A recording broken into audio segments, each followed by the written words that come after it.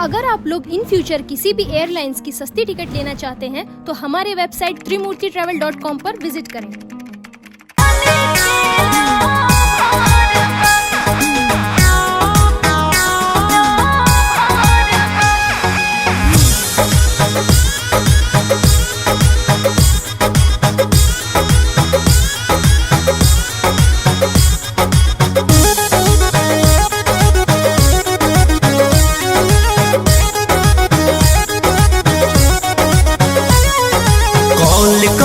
कबो हाली चाल लेत नहीं खू मैसेज के कबो रिप्लाई देत नहीं खू।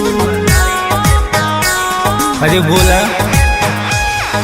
कॉल के कबो हाली चाल लेत नहीं खू मैसेज के कबो रिप्लाई देत नहीं खू।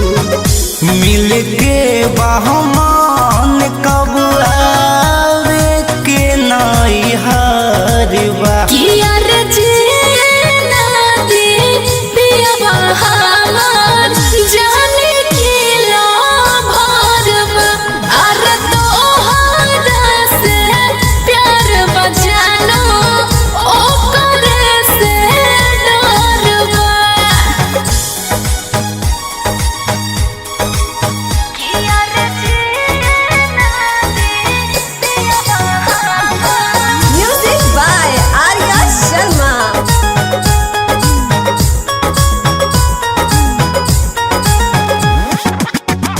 कैली हलो शादी छोड़े हमके कुंवारे जानू कटतानी दिनवा तहरा सखी के सहारे जानू।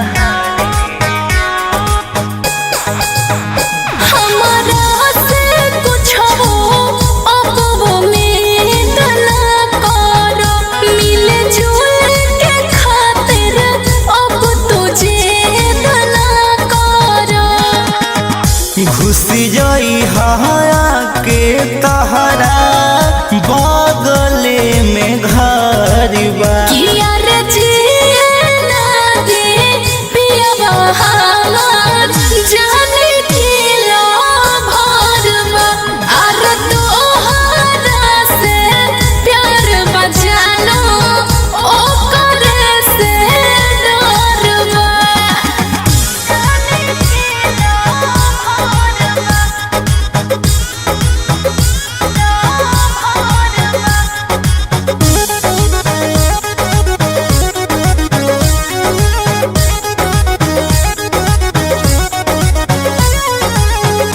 प्यारी कह के छाल कैलू जी तुहारे राम से हो हम देखी सपना तू ता सुतेलू आराम से हो।